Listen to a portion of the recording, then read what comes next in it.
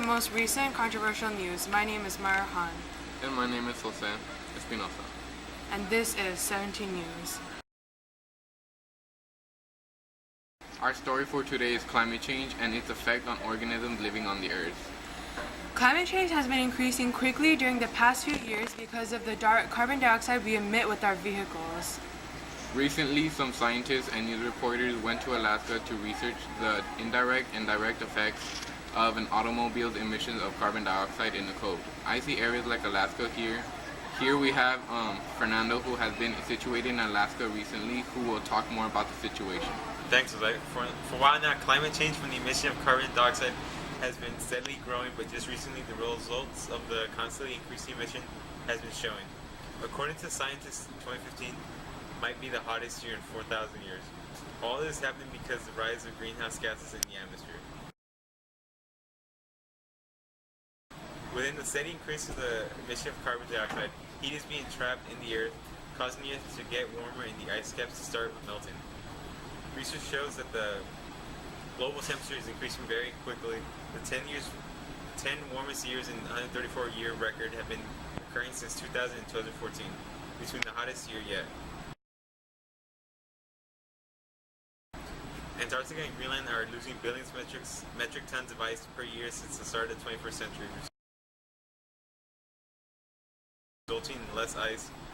Warm water expanding the sea along the additional water from melted ice caps has led to a rise in the sea level, the 2000s marking the highest sea level ever. At this rate, if the ice caps keep melting, all of the glaciers in the Glacier National Park will be gone in the year 2070. The controversial question is, how is this happening? How are the humans causing this? Is there a solution? To find a real-life example of the solution, I had sent out a scientist to start a mission to investigate one type of species affected by the one cause of the global warming. Scientist Jacob Hernandez, please describe your purpose. Thank you, Fernando. I've gone to Antarctica and have decided to embark on an investigation on how polar bears, apex predators in the ecosystem here, are affected by climate change, and how this can be caused by even mere everyday activities like driving a car around.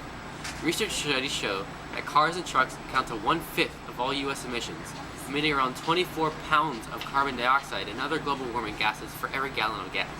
This amount of CO2 concentration leads to the melting of ice caps, which is very dangerous for polar bears because these creatures tend to use ice caps for migrating, hunting, and without these ice caps they instead have to swim because of the increased amount of water. This leads to energy depletion, which can cause a chain of unfortunate events such as drowning, cannibalism caused by failed attempts of hunting, less cubs due to less reproduction, and more. Polar bears are the apex predators. Without them, the food chain could be disrupted, causing overpopulation and extinctions in certain different species.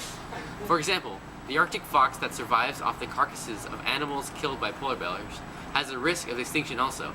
If the polar bear goes extinct, so will the Arctic fox, and many other animals in this ecosystem.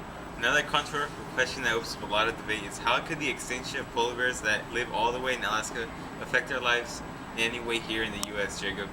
Actually, there are many reasons how the extinction of polar bears can affect us here, but one of the more solid and direct ways is the imbalance of the food chain.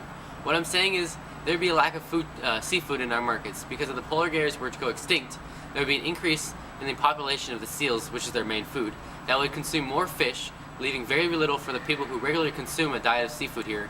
And not only that, but the animals here will also consume seafood.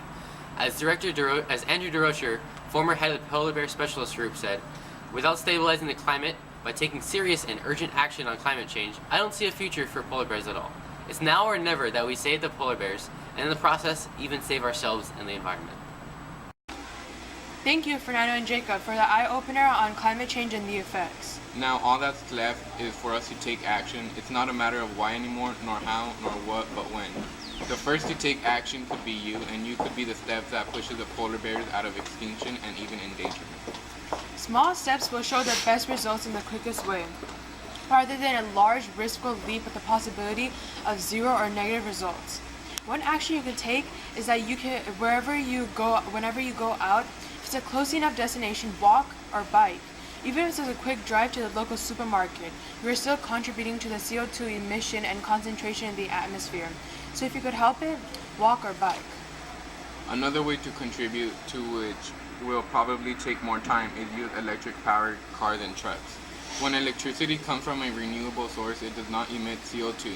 Another effective way is to petition to convert from fossil fuels to cellulosic biofuels, a clean type of fuel that uses carbon dioxide 80% less than fossil fuels, which can really benefit the ongoing war against climate change. The effectiveness of this course of action depends on the willingness of us as people who care about the well-being of both humans and animals. This task is accomplishable even if it may take some time. From walking to places to using clean fuel, these small steps could make a huge difference. Very low amounts of carbon dioxide is being emitted, but as the years pass by, the amount of carbon dioxide could decrease significantly if we were to try to decrease the amount of CO2. Along with benefiting us right now, this can also call for sacrifices that we will have to make, but all is for a healthier, harmless environment for the next generation. Ask yourself this: are you willing to sacrifice right now for your children and their children to live in a world that isn't going to collapse on them? This will be all for our story on climate.